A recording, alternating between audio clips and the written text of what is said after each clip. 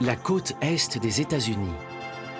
Un littoral aux multiples visages qui s'étend sur plus de 2500 km, depuis la Floride et les États du Sud jusqu'à la frontière canadienne, en passant par New York et Boston.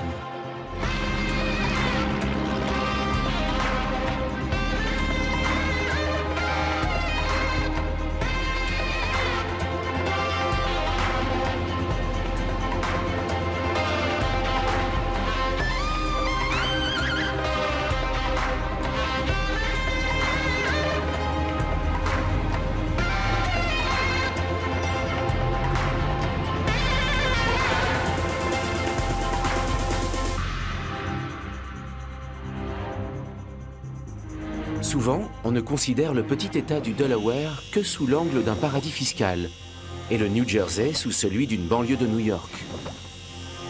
Ce serait passer à côté de toute la diversité que cette partie de la côte est des États-Unis peut offrir.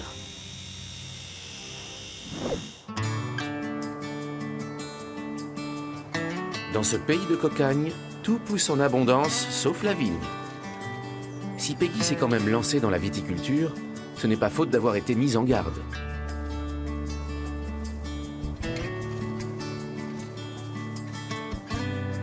Et aujourd'hui, son vignoble est connu et reconnu sur toute la côte est.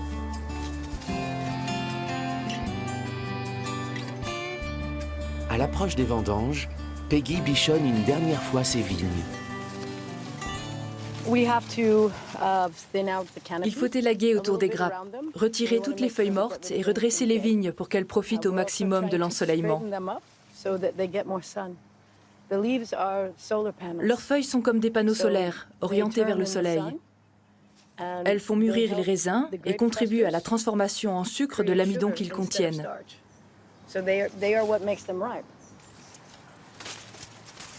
Nassau Valley Vineyards est un domaine viticole familial, même si de fait, c'est toujours Peggy qui a le dernier mot. Ce vignoble, c'est vraiment mon bébé.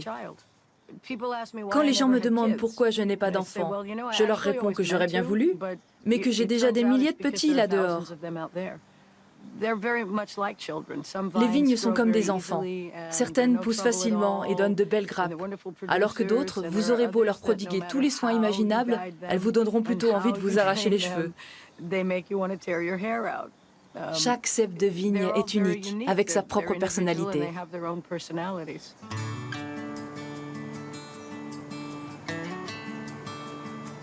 C'est ici que Peggy est née et qu'elle a grandi, dans ce qui était une ferme agricole comme les autres.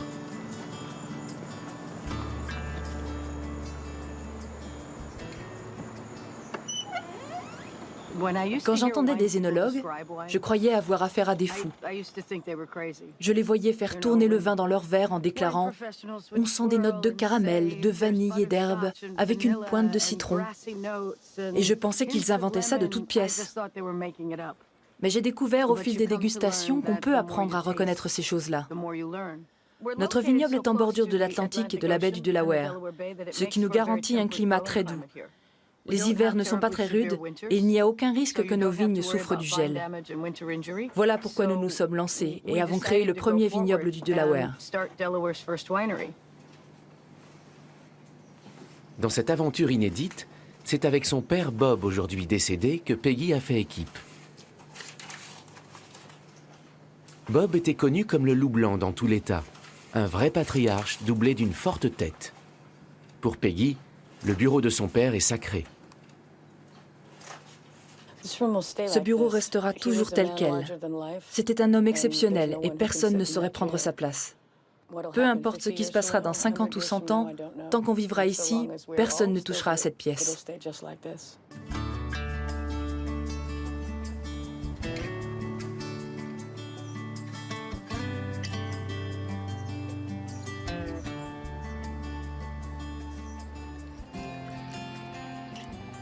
Pour autant, Peggy n'est pas réfractaire au changement. Elle suit désormais les conseils avisés d'un maître de chai et a même l'intention d'agrandir l'exploitation.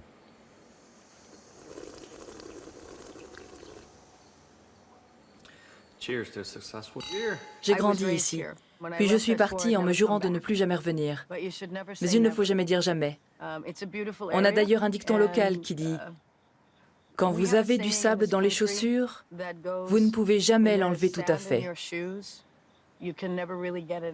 Vous pouvez essayer la montagne, vous pouvez aller où vous voulez, mais la plage finira toujours par vous ramener à elle.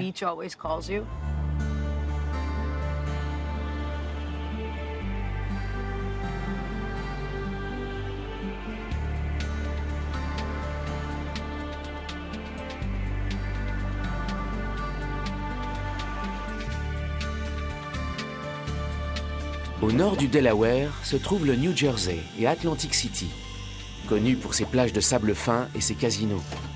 Puis Toms River, dont la baie est un trésor de biodiversité. Et ensuite, New York n'est plus qu'à quelques encablures. Sur la ville d'Atlantic City, les avis sont partagés. Pour les uns, c'est une destination idéale pour les vacances, entre casinos et spectacles grandioses. Pour les autres, c'est un summum de la société de consommation et de ses loisirs abrutissants. La proximité de New York commence à se faire sentir. Les plages du New Jersey sont très prisées des citadins qui veulent s'accorder une petite journée à la mer.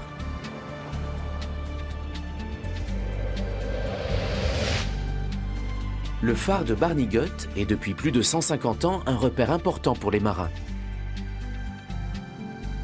Non loin de là se trouve Toms River, où Lindsay a trouvé son terrain de jeu.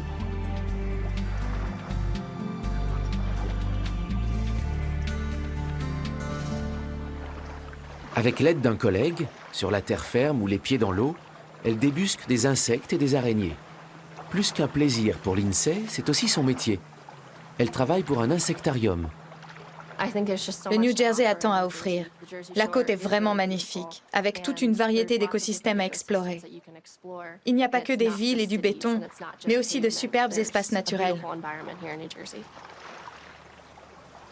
Une crevette s'est fait prendre au piège. Elle va rejoindre l'aquarium, alors que cet autre petit captif va être remis à l'eau. Lindsay ne sait jamais à l'avance ce qu'elle va trouver dans son filet. Tout dépend de la saison, du sens du vent et des températures. Notre travail pour le musée consiste à partir régulièrement à la recherche de nouveaux insectes dans la baie, qu'on pourrait présenter aux visiteurs. On fait cela à des fins pédagogiques. On attrape aussi des insectes pour nourrir d'autres espèces de notre musée.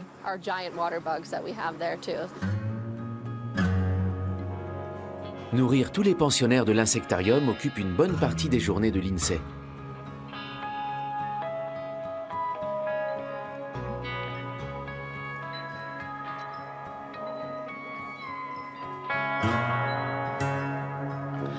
C'est important que les gens sachent que tous les insectes ont leur utilité. Ce n'est pas parce qu'on ne peut pas les caresser comme on ferait avec un chat qu'ils ne comptent pas. Il existe des insectes très repoussants et certains peuvent être dangereux, mais ils ont tous leur place dans notre environnement. Parmi les petits protégés de Lindsay, les plus dangereux sont les araignées venimeuses. Leur morsure peut provoquer de terribles douleurs et des spasmes musculaires. Les veuves noires sont présentes à travers tout le pays, sauf en Alaska. Elles ont été introduites dans le New Jersey avec le commerce du bois. Elles ne sont pas originaires d'ici. On les trouve dans les cabanons, dans des endroits sombres, sous les tas de bois. Souvent, quand on les déloge, elles font semblant d'être mortes. Les gens s'y laissent prendre, ils les ramassent, se font mordre sur la main, et là, ça fait vraiment mal.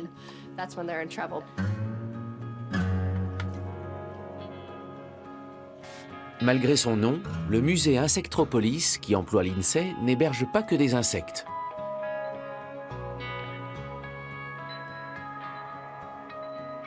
Voici par exemple des myriapodes, mieux connus sous le nom de mille-pattes.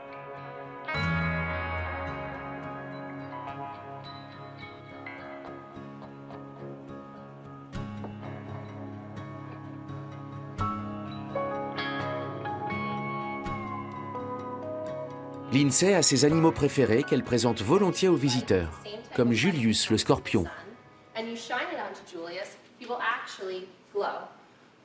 Quelle belle couleur! Sous une lampe à UV, on voit bien sa couleur bleu-vert. Il a un aiguillon au bout de la queue, mais il ne nous piquerait pas parce qu'il sait qu'on est plus gros que lui. Il pique seulement s'il se sent menacé. La plupart du temps, ce sont les adultes qui ont peur. Quand on est enfant, on n'a pas la même appréhension que les adultes. En vieillissant, on commence à voir les insectes comme des ennemis parce qu'ils entrent dans votre maison, peuvent mordre ou piquer. Mais si on découvre les insectes ou les araignées à un jeune âge, avant d'avoir peur, alors on grandit sans cette crainte et on devient plus respectueux de ces animaux. Elle s'appelle Pepper et c'est un mille-pattes géant noir. Elle peut devenir aussi grosse qu'un hot dog et aussi longue que mon avant-bras. Quelqu'un a demandé si elle grandit encore. La réponse est oui. Et quand elle mue, elle perd son exosquelette. Mes collègues me surnomment Lindsay la Luciole. Et un insecte du musée a même reçu mon prénom. J'espère vraiment qu'un jour je réussirai à me faire un nom dans ce domaine.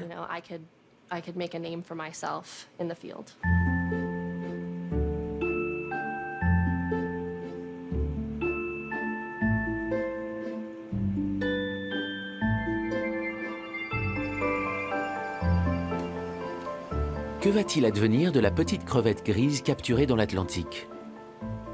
Elle découvre son nouvel habitat, l'aquarium d'Insectropolis. Heureusement pour elle, elle n'est pas là pour nourrir les poissons, mais pour être leur colocataire.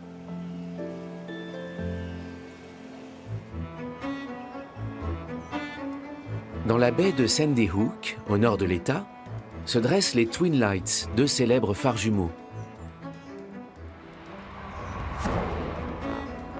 Non loin de là se trouve Lake Hurst, où le dirigeable Hindenburg a pris feu et s'est écrasé en 1937.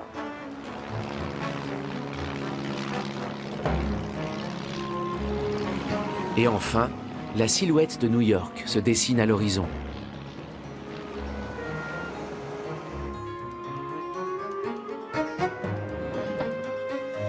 La Statue de la Liberté montre le chemin vers Manhattan, le cœur de New York City.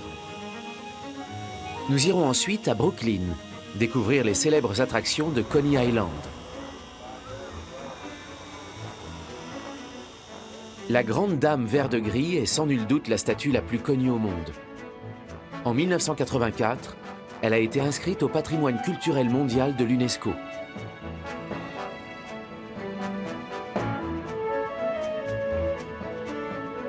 Depuis sa couronne, on jouit d'une vue panoramique sur l'Hudson River et Ellis Island. C'est sur cette île que des millions d'immigrants ont débarqué pour la première fois en Amérique, portant en eux l'espoir d'une vie meilleure.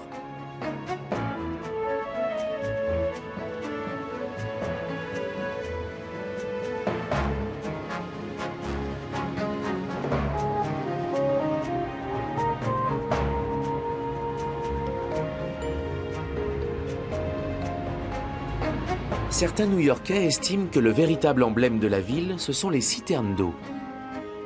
Quasiment tous les toits des immeubles arborent au moins un de ces réservoirs en bois, un vestige du siècle dernier. Une poignée d'entreprises continue à en installer.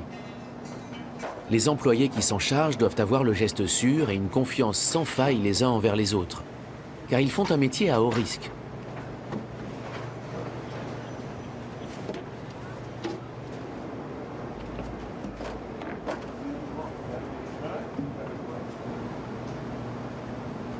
Clive peut s'enorgueillir d'être déjà monté sur les toits d'un bon nombre de gratte-ciel new-yorkais, sans avoir à déplorer le moindre accident.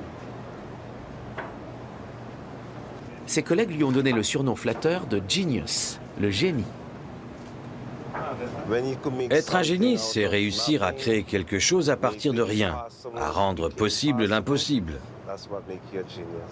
Quand j'ai commencé dans ce métier en 1985, je n'y connaissais rien. La première fois, ça m'a impressionné. Aujourd'hui, j'ai l'habitude de grimper et je n'ai plus le vertige.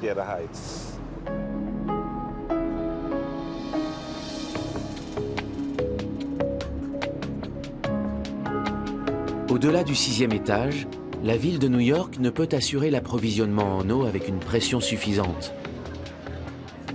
Dès qu'un immeuble dépasse cette hauteur, il lui faut un système d'alimentation complémentaire. Et la meilleure solution reste encore la bonne vieille citerne en bois.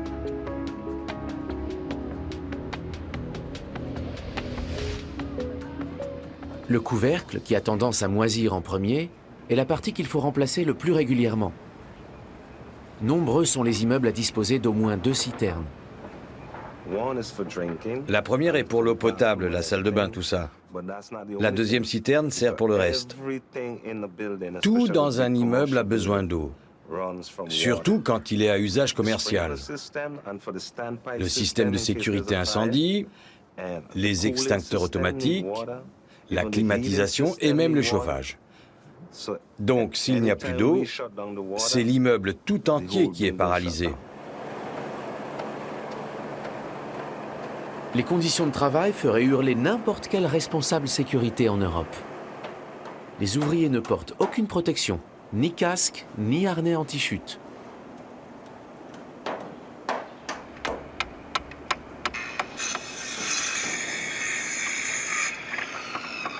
Les planches et les outils utilisés ne peuvent dépasser une certaine taille et un certain poids, puisque tout est hissé à la main. Ici, personne ne veut entendre parler de citernes en acier. L'acier peut rouiller et n'est pas aussi naturel que le bois, qui n'a besoin d'aucun traitement chimique. Il suffit d'assembler les planches, de poser un cerclage en acier et de le serrer. Quand la citerne est remplie, elle fuit d'abord un peu, mais ensuite le bois gonfle et rend la cuve étanche. De l'autre côté de l'East River, à Brooklyn, les immeubles sont souvent moins hauts. Celui de Clive n'a même pas besoin d'une citerne. Mais grâce à lui, le bois récupéré sur d'anciens réservoirs trouve souvent une deuxième vie.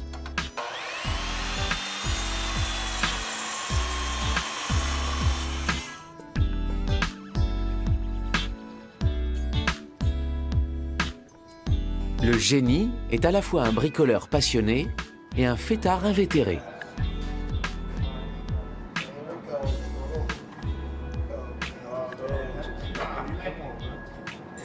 Il prête parfois l'arrière-cour de son immeuble à ceux qui veulent organiser des soirées.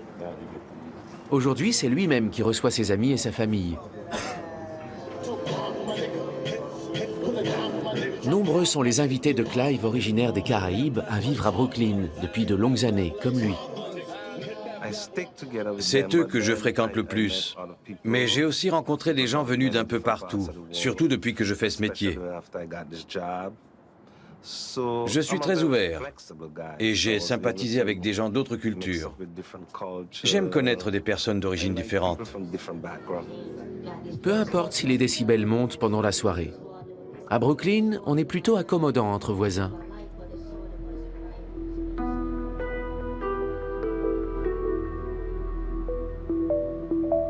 New York a bien changé ces dernières années, surtout suite aux attentats de 2001 contre le World Trade Center. Voici Ground Zero, où s'élevaient les tours jumelles. Les débris des 2 tours ont été transportés et ensevelis dans la décharge de Fresh Kills, aux abords de la ville. Le site est en cours de réhabilitation pour devenir un immense parc naturel.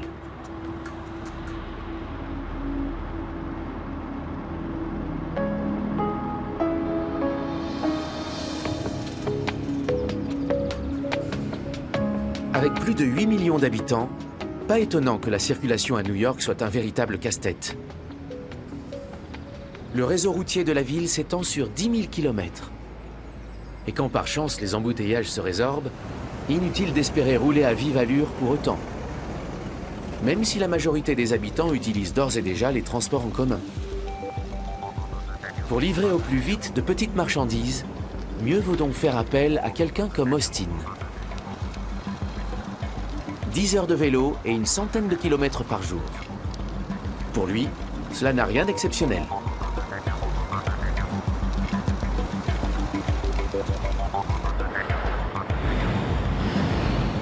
New York est plus étendu que la plupart des autres villes où circulent des coursiers à vélo. Avec des distances pareilles, il vaut mieux rouler vite si on veut s'y retrouver financièrement. Quand une course vous mène à l'autre bout de la ville, comme l'Upper West Side ou Brooklyn, il faut revenir au plus vite parce que tout le temps passé en trajet, c'est de l'argent perdu.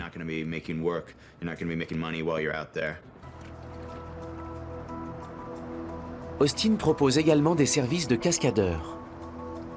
À vélo, bien sûr.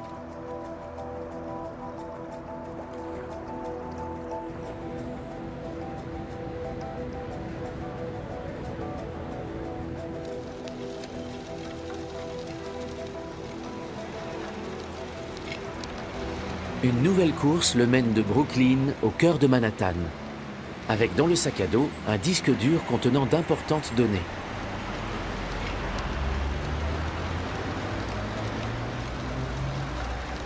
Il voit rarement ses clients. En général, c'est le portier de l'immeuble qui lui donne le colis ou qui le récupère. Austin, toujours pressé, n'a pas le temps de faire la causette. Mais il y a des exceptions. Cette fois, c'est Claudia, la destinataire, qui vient récupérer en personne le disque dur.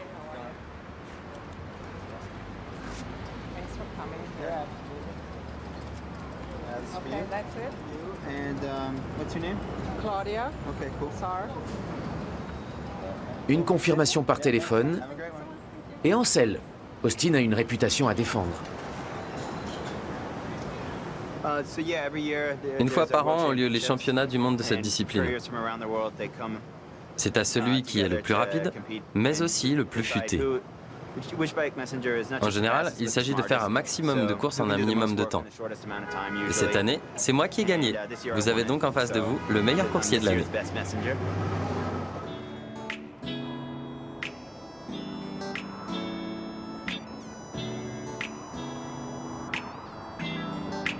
Chaque matin, Austin se rend au travail par le pont suspendu de Williamsburg, qui relie Brooklyn à Manhattan.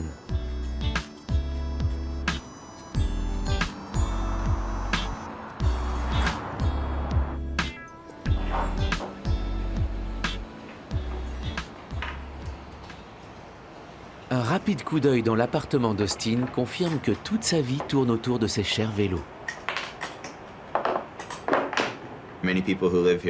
Beaucoup de New-Yorkais ont une vie bien réglée. Ils sortent de chez eux, prennent le métro pour aller travailler et n'ont pas vraiment la possibilité de sortir de cette routine. Nous, les coursiers, on va là où on veut. On découvre de nouveaux endroits, on est bien plus libre. Si je n'ai pas envie de travailler, je peux m'arrêter. J'aurai quand même du travail à mon retour. Et j'ai la chance d'être sur mon vélo toute la journée.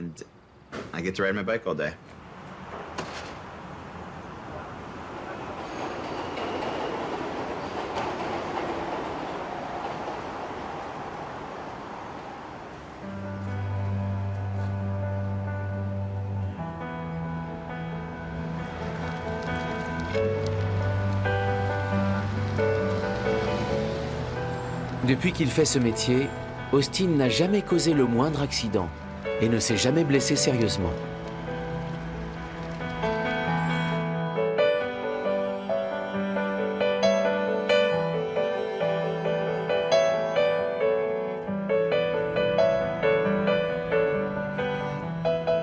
Les New-Yorkais affirment que leur ville a une odeur bien à elle et une lumière unique au monde.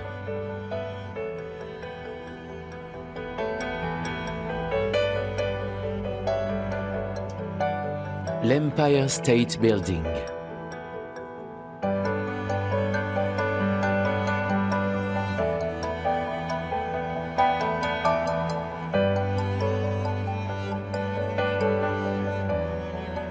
La gare de Grand Central. Times Square et la 7e avenue. Même en pleine nuit, les emblèmes de Manhattan sont reconnaissables entre tous. À l'heure où les derniers oiseaux de nuit rentrent se coucher, Nigel est souvent déjà sur le pied de guerre. Il est photographe spécialisé dans les portraits. Au nombre de ses endroits préférés, il y a Coney Island, une presqu'île au sud de Brooklyn.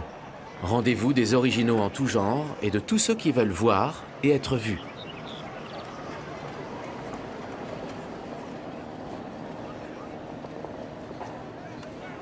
Nigel se campe au centre de la promenade. L'endroit idéal pour observer la foule qui va défiler sur les planches au cours de la journée. Je recherche avant tout la personne qui va se démarquer des autres, sans être nécessairement l'homme le plus séduisant ou la femme la plus belle. Il faut que cette personne ait le petit truc en plus qui me parle et que je ressente presque une affinité spirituelle avec elle. Nigel a repéré de loin cet homme qui ne passe pas inaperçu avec son élégant vélo. Les gens que j'aborde ont souvent un peu d'appréhension. C'est qui ce type? Pourquoi veut-il ma photo? Qu'est-ce que j'ai de spécial? Alors je leur explique qu'on a chacun un petit truc en plus. Mais ce n'est pas banal qu'un inconnu vous arrête pour vous complimenter sur votre style ou votre chapeau et vous demander 5 minutes de votre temps pour vous photographier. Les curieux sont aux premières loges.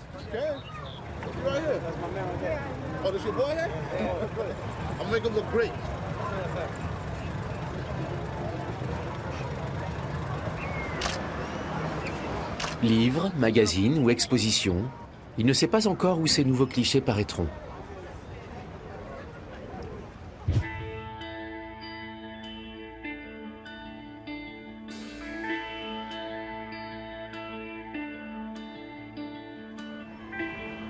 On lui dit parfois qu'il ne ressemble pas à un photographe, ce que Nigel prend comme un compliment.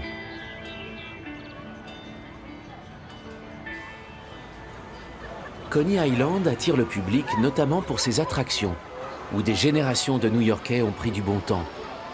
Certains de ces vieux manèges sont même classés au registre national des sites historiques.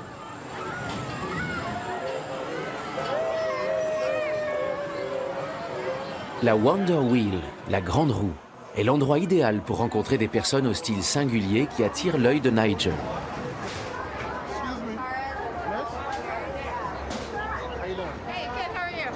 Nigel ne saurait pas expliquer pourquoi son choix s'est porté sur cette jeune femme. Sa décision a été prise en quelques secondes. Nigel a du flair et l'entente est immédiate. Les deux inconnus engagent tout de suite la conversation, prêts à partager un tour de manège.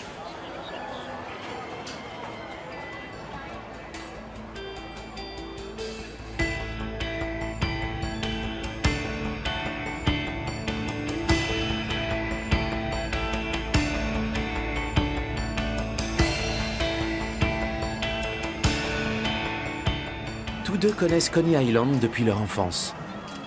Des souvenirs qui les rapprochent et créent la complicité nécessaire pour la séance photo. La jeune femme a passé plusieurs années à parcourir le monde. Prise du mal du pays, elle est revenue il y a peu dans sa ville natale.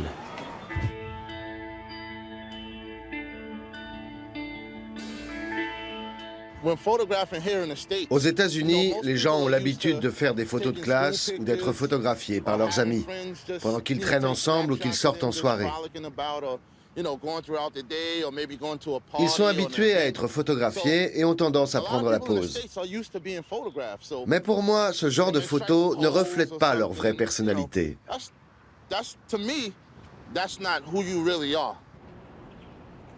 Nigel vit non loin de Coney Island, à Brooklyn. J'ai grandi à Brooklyn. J'y ai passé presque toute ma vie. Et j'ai eu une enfance heureuse, même si c'était un quartier assez malfamé dans les années 80. Mais je pense que l'endroit d'où l'on vient ne devrait pas déterminer qui vous êtes ou ce que vous pouvez devenir dans ce monde, parce que ce n'est que la première étape du voyage. Nigel a réussi à se faire un nom à Brooklyn, mais il a de l'ambition. J'aimerais qu'on se souvienne de moi comme de l'un des plus grands photographes qui ait jamais existé. Même si c'est visé très haut, c'est l'objectif que je poursuis.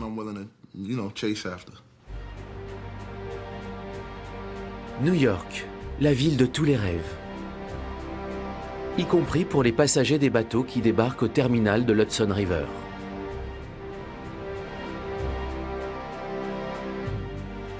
Nous poursuivons notre voyage au nord-est de la métropole, à Long Island. lieu de villégiature préféré de la haute société new-yorkaise.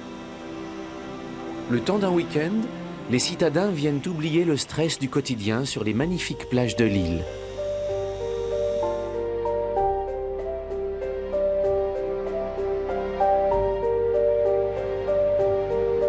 Tout le long du littoral de Long Island, d'étranges structures métalliques émergent des eaux. Ce sont des parcs à huîtres.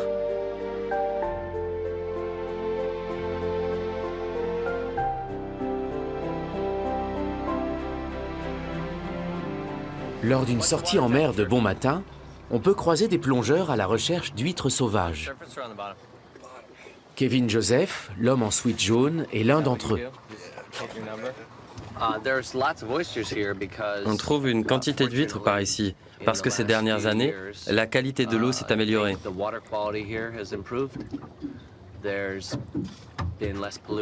Elle est moins polluée. Les gens ont pris conscience qu'il ne fallait pas jeter n'importe quoi dans la mer.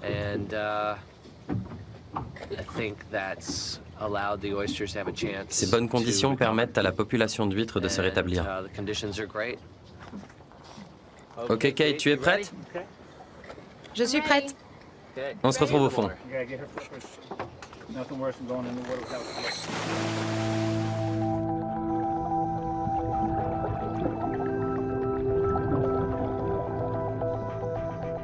L'endroit où il plonge est un secret bien gardé, même si les fonds marins de Long Island regorgent d'huîtres sauvages.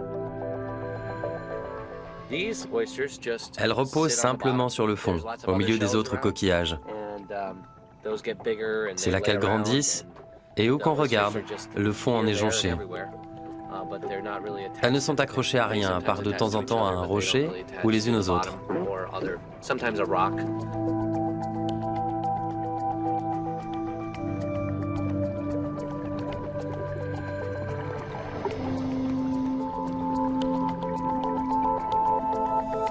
Les huîtres ramassées à la main sont à la mode dans les restaurants de New York, où elles sont proposées à un prix bien plus élevé que celles d'élevage.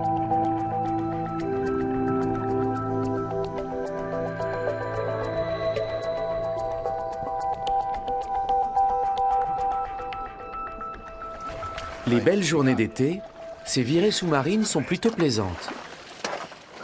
En hiver, par contre, plonger dans l'eau glacée est éprouvant.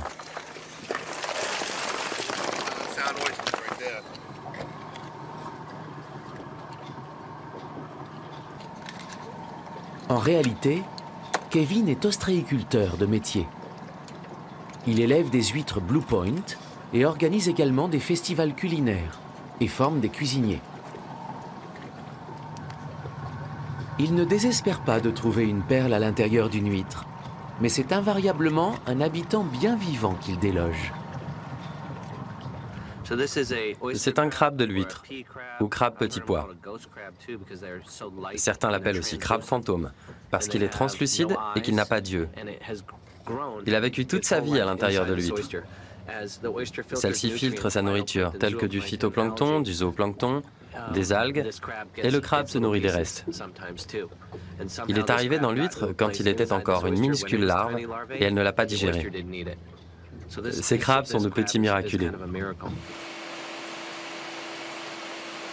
Les huîtres sauvages ne suffisent pas à répondre à la demande des gourmets. Le reste est fourni par la ferme ostréicole Blue Island Oyster Farm. Les jeunes huîtres, appelées naissins, grandissent d'abord dans ces bacs. Celles-ci ont à peine un mois et ont été obtenues par fécondation artificielle à partir de gamètes mâles et femelles. Nous sommes installés à l'endroit d'où est originaire l'huître Blue Point, qui est l'huître la plus connue ici. Historiquement, elle vient des côtes de la ville de Blue Point, dans l'État de New York. L'espèce a failli s'éteindre à cause de la surpêche et de la pollution de la baie dans les années 40 et 50, mais on a relancé leur élevage.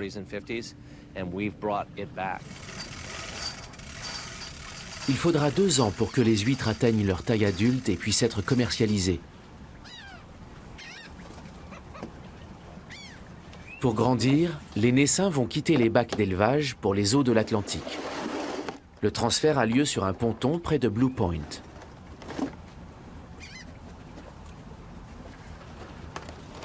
Dans ces poches grillagées, les huîtres seront à l'abri de leurs prédateurs.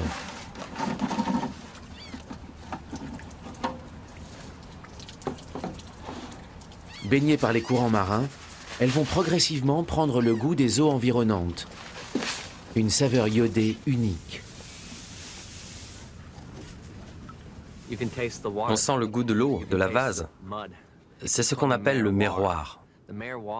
Pour le vin, on parle de terroir. Cette terre où les vignes poussent et qui transmet ses arômes au vin. C'est pareil pour les huîtres. On sent la vase, l'eau, l'air, les algues. Nos huîtres ont un goût d'histoire.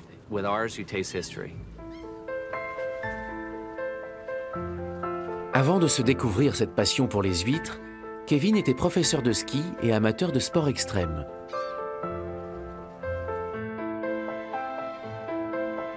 Le parc à huîtres est proche du ponton. Par marée basse, on peut même s'y rendre à pied.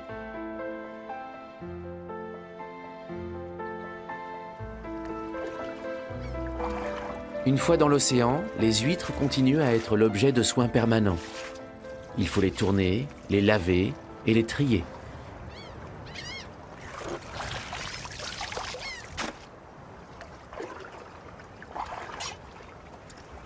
Le printemps et l'automne sont les saisons les plus propices.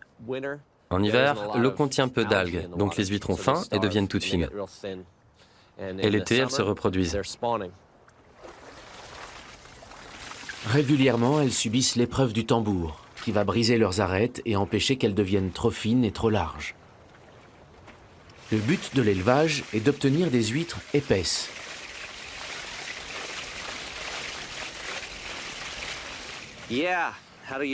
On vend nos huîtres à des restaurants de Manhattan, Los Angeles, Chicago, Miami, Toronto, Pékin, partout dans le monde. On offre aussi un service de traiteur pour des soirées, des mariages, des anniversaires. On apporte les huîtres, on les ouvre et on les sert aux invités en racontant leur histoire.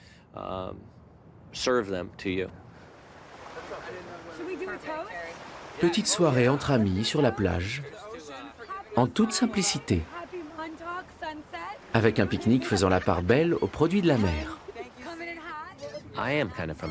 Je considère que je suis de Long Island. Ma famille est arrivée du Colorado quand j'avais 1 an et on a vécu ici jusqu'à mes 7 ans. Ensuite, on a déménagé. Mais je suis revenu parce que j'aime l'océan.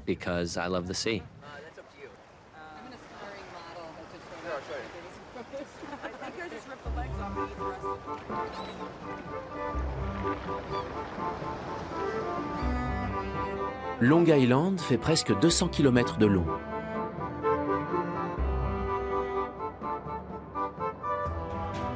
Plus on s'éloigne de New York, plus la nature semble paisible et sauvage.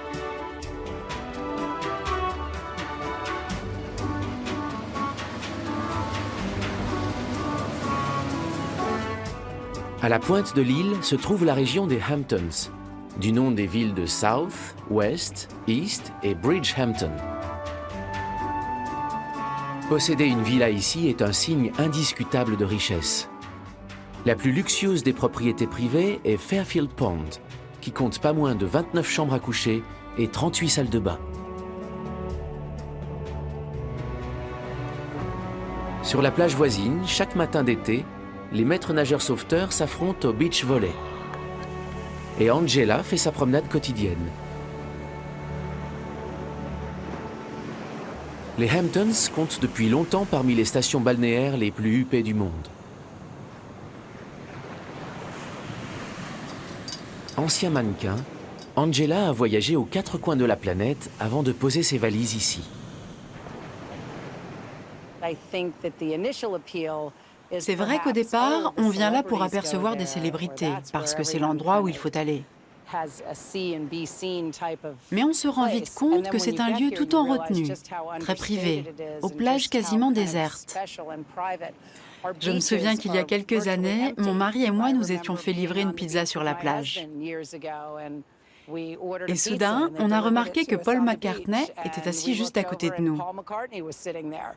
Il n'y avait aucun attroupement autour de lui, aucun paparazzi, personne n'était là, c'est Paul McCartney.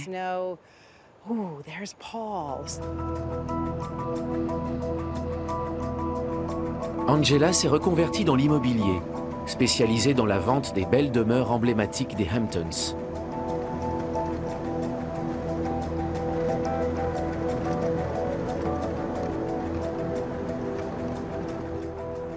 Cette villa vient d'être mise sur le marché. Ses propriétaires ne l'occupaient que quelques semaines par an. Ils ont finalement décidé de s'en séparer pour pouvoir en acheter une encore plus grande. Angela a déjà plusieurs acheteurs intéressés. Il ne faudra pas bien longtemps pour que la villa change de main. Ses clients font souvent partie des grandes fortunes new-yorkaises, de ceux qui tiennent les cordons de Wall Street.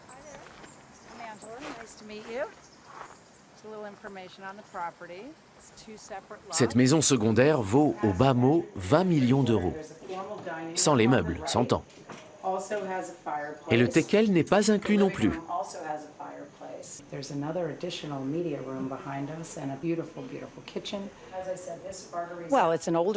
Ici, nous avons une vieille maison qui a été rénovée. Elle appartient à une famille qui vit ici depuis le début du XXe siècle. L'aménagement intérieur est très européen. Mais l'extérieur est typique des Hamptons, avec les bardeaux de bois sur la façade et sur le toit, avec les balcons.